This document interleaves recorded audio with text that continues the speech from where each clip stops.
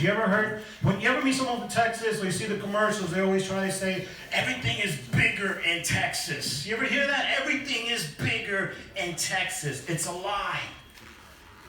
First night I got to Texas, I got to my room, I got naked in front of a mirror, and let me tell you, everything is not bigger in Texas. They lied, bro. Just saying. This is crazy. I heard some Queens people in the house. Queens in the house, that's my borough. What part of Queens? Corona. Oh, okay, yeah. I was born in Jackson Heights, raised in Jamaica, and actually stabbed in Corona. I thought you looked familiar. Put your hood up. Put your hood up. Let me see. That's him, officer. That's him. That's him. Dark with a big smile. He was smiling when he stabbed me, officer. It's crazy, man. Living in New York is crazy, especially Queens. I had a hard time living in Queens because I don't know if you felt what I felt, but it was difficult because we didn't get the love and the respect like the other boroughs did. And it always bothered me. And my friends used to be like, yo, Pudge, y'all from Queens don't got the swag that we do. Y'all just don't know how to act like we do. We got it. And I didn't know what he meant until I went to a nightclub in Manhattan. Have you guys been to a nightclub in the city? See, what happens in a nightclub in the middle of the night, the DJ does this thing where he grabs a microphone to do a little shout out to see who's representing their borough. That's when you know. Because in the middle of the night, the DJ grabbed the mic and he was like, Brooklyn, where you at? And they're all like, what? Then he's like, Bronx, where you at? They're like, boom. And he's like, Queens, where you at? Oh my God, that's us over here. Thank you. He's so nice. Yeah, Queens was voted the nicest borough out of all New York City because we're the only ones that say please and thank you while we're robbing you. That's our street cred, right? One fun fact about Queens, I don't know if you guys know this, we're the most diverse borough out of all New York City. Did you guys know that? We are the most diverse. He can back me up on this. I remember growing up in Queens, we were so diverse. Every race had their own personal cab service. It was, you remember this, right? The Mexicans had their own cab service. The Indians had their own cab service. The blacks had the NYPD. It was... Everyone was getting a ride, just not all the same place. She didn't like that one. She didn't like that. Where are you from? Pittsburgh. All right. See, my bad, Pitt. My bad. See, in New York City, we can laugh at racism. See, because we know the trick about New York is it's a melting pot. And racism hits everybody. Nobody's immune. Like, here's a story. Like, the first time racism hit me, I was in a supermarket, of all places. You guys ever been in a market online and you're, like, waiting to pay? So you start talking to the person in front of you, kind of like passing the time. So I'm talking to this guy. We're going back and forth. Finally, he pays, and he's about to leave. But before he leaves, he turns to me. He's like, hey, man, so where are you from? I'm like, yo, I'm from Queens, born and raised. He's like, wow, I didn't know there was a Queens in Mexico. You really speak good English. I didn't know what to say. I was like, gracias, gracias. Gracias, pendejo, gracias. I get that a lot. A lot of people, when they first meet me, they always assume I'm Latino. Actually, I'm only half Latino. My mother's from Colombia, and my father's missing. Pitt like that one. Pitt was like, yeah, that's fucked up. Yeah, that's my life, Pitt. That's my life, Pitt. It wasn't easy. Because I was born and raised here, English was my first language. I didn't speak Spanish. But when you come from a Latino family, you always have those Latino cousins that do speak Spanish fluently. And my cousins used to love teasing me. Like, I remember one time I went over their house, and they were like, yo, Pudge, what do you want for dinner tonight? You want chicken or pollo? See, some of you guys already laughing because you already know. It's the same thing. It's the same thing, but I didn't know. I was like, yo, give me chicken because I'm allergic to polio. I didn't get the shot. I didn't get the shot. Growing up was hard in New York City. Queens, Corona, you had parents? Your parents were there? Yeah. Both of them? Yeah. Holy shit. You lucked out, bro. I had it rough. My parents broke up when I was a baby, man. I grew up in a broken home. Anybody else in a broken home? It's like the absolute worst. But it's crazy. It doesn't make any sense how two people who swear they love their child actually enjoys loving, hating on each other more. And my parents loved to hate on each other, but they did it through me. They used to, I swear to God, they used to send me messages to go back. I was the original instant messenger, I'm telling you right now. Fucking 9 years old. Never forget, like on a Friday night before my mom used to send me to my dad for the weekend, she'd pull me aside and give me a little message for him. My mother would be like, Pudge, papi, ven aquí, tell your daddy that hijo de la puta desgraciado piece of shit, that mommy needs the child support check, okay? Papi, you tell him that. You tell, don't forget, mommy loves you. Mom, don't forget, I carried you, papi, I carried you. And then I'd spend the weekend with my dad, right? We'd have a good time. Sunday night would roll around, and then he'd send back a retort of his own for me to give my mom. He'd pull me aside. He'd be like, Pudge, papi, ven aquí, mira, tell your mommy, that puta sucia whore slut, that when I get the money, she gets the money, okay, papi? You tell her I said that. Mira, don't forget, I love you more, papi. Before you came out of her, you swam out of me. You swam out of me, papi. Don't forget. It was crazy, man. And then there was the exchange of the child. But it always felt like a drug deal going down.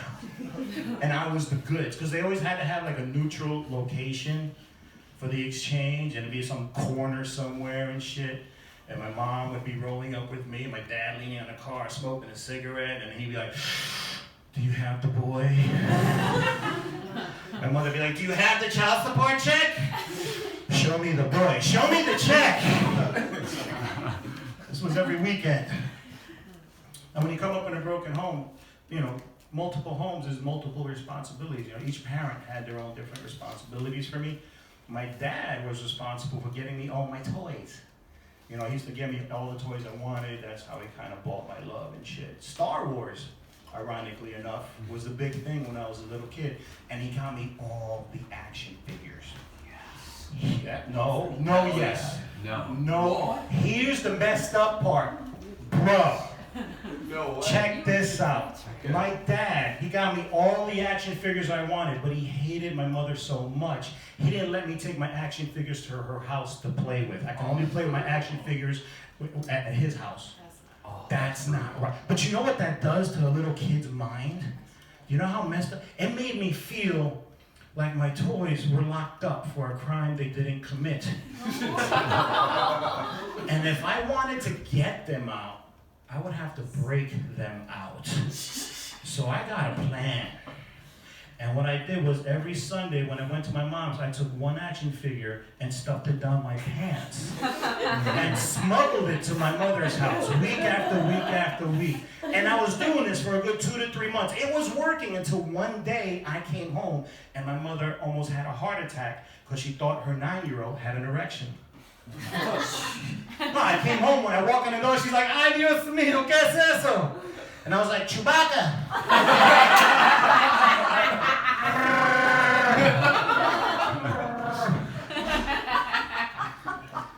She was rough, man. Not easy, Corona, not easy. God bless your parents for staying together, man. You got kids? No. You the man. You the man. You the man. Yo, listen to your Uncle Pudge. Keep up the good work. I always tell the young men, man, keep pulling out.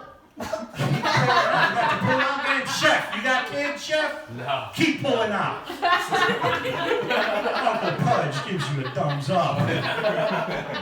And I love my ladies. Ladies, mira, ladies, if they're not pulling out, you're pushing off, okay? You're pushing off. You know what I'm talking about. You know when they make that face. You know that face when he's on top and he likes it too much. Poof. Kick him off. And if you're on top, you somersault that shit. You somersault, stick the landing. No kids. Listen to your Uncle Pudge. I'm telling you, this parenting, man. I'm a parent, and it ain't easy. I have this thing about parenting, like, I have 2 kids, and I love my kids, but I hate Father's Day. Weird, right? I'll explain. Here's the thing. Because of my childhood, I wanted to be a better parent to my kids. So from the moment both of my kids were born, I made an oath, a promise to them to give them the best. The best school, the best toys, the best life, the best clothes, the best of everything. And I did this year after year after year. Now here comes Father's Day. This one day where I'm supposed to get something back in return for all of my hard work. And what do I get? A tie. Made out of construction paper that opens up into a card. You ever see one of these things? You ever see one? Every year. Happy Father's Day, Dad. We love you. Sign your son and daughter. Now you're looking at me. I know that look. I know that look. You're giving me that look like, oh my God, Punch. Oh my God, that is so sweet. How can you not love that? My kids are 19 and 23 years old. They both have checking accounts that I still put money into. Do you know how hard it is knowing that I raised two cheap assholes? It hurts. So listen to your Uncle Pudge. Pull out, push off. You don't want them. But more than anything, it's, you know, they're expensive. Kids are expensive. Like, we all know that, right? But I feel like today's children are more expensive than ever. You know why? Technology. Technology has tripled the price on our kids. True story. My daughter was 4. She didn't want the Barbie. She didn't want the Pokemon. She wanted a cell phone. You believe that shit? I lost my mind when she asked me. I never forget, I'm in the living room and I'm watching the game. And she comes running in. And she's like, Daddy, Daddy, Daddy, I want a cell phone. Can I have a sidekick? Do you guys remember the T-Mobile Sidekick? That was like the hottest phone. It was a $400 phone when it came out. 4 years old, $400. I lost it. I was like, oh, you want a Sidekick? No problem. Kick to the side of the ribs. Get out of the way. Daddy's watching the Met game. $400 phone. I know it was wrong, but it was just, you know, a reaction. And of course I had to, you know, yell at my daughter and ask her. I'm like, yo, who the hell told you to get a cell phone? And she was like, Mommy said I could. So you know what I had to do? I had to go find her mom and ask her. Like, yo, did you tell my daughter she can have a cell phone? Her mother was like, yeah, she can have a sidekick just like me. I'm like, all right, no problem. Kicked her mother in the ribs too. And then her mother was like, why'd you kick me? I said, because it's a family plan.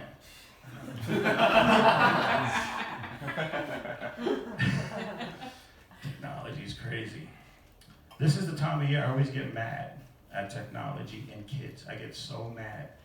Because thanks to technology, every winter, same, you'll see it, it happens. Every winter, these kids, thanks to technology, they get like 24 hours notice before a snowflake even hits the ground that there's no school the next day. Do you believe that shit? I didn't have that growing up. If I didn't want to go to school on a snow day, I had to get up and fight with my mom.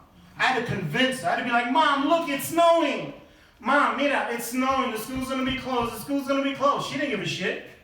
My mother used to be like, mira, do you want to know if it's closed? Do you want to know if it's closed? Okay. Go to the school. When you get there, pull on the door. If it doesn't open, then you know it's closed.